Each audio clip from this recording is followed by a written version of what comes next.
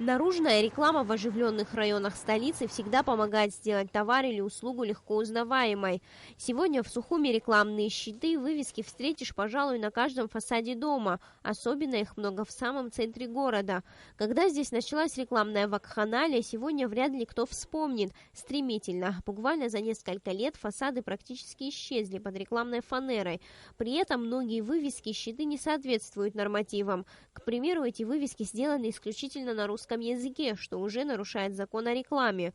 Вопросами контроля за размещением рекламы занимается Управление архитектуры, градостроительства и землеустройства администрации Сухума. Здесь утверждают, что вывески не должны портить облик города. Мы очень часто, я с моими ребятами ходим по городу, предписания делаем, просим, мы им выдаем вот эти предписания, согласно которому в течение какого-то времени, там, неделя, 10 дней, 2 недели, чтобы они это все привели в порядок. Я не скажу, что никто этого не слышит. Есть, работают, меняют, но есть люди, которые, не хотят. Сегодня в эту инстанцию обращается большое количество людей с просьбой помочь в оформлении рекламной вывески.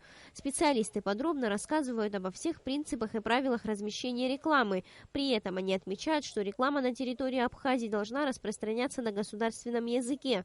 Дублироваться надпись на русском или же английском языках может по желанию собственника. Очень часто люди, я не хочу сказать, что пренебрегают, но забывают, что первым должно идти эта реклама на том же абхазском языке.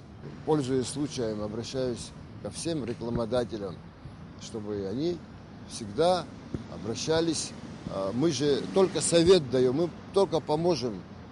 Мы ни в коем случае не будем ставить препоны, чтобы они не повесили рекламу. Далее я еще обращаюсь к большим фирмам-рекламодателям. Очень часто не согласовывают с администрацией, с главным художником, с архитектурной частью города свои большие баннеры, на котором они делают лицо города.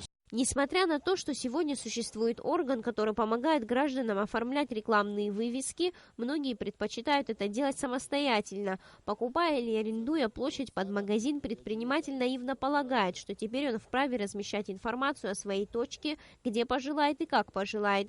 Именно по этой причине сегодня по всему городу, а также на рынке, большое количество наружной рекламы не соответствует облику города. Сария Смыр, Беслан Чинджерия, Абхазское телевидение.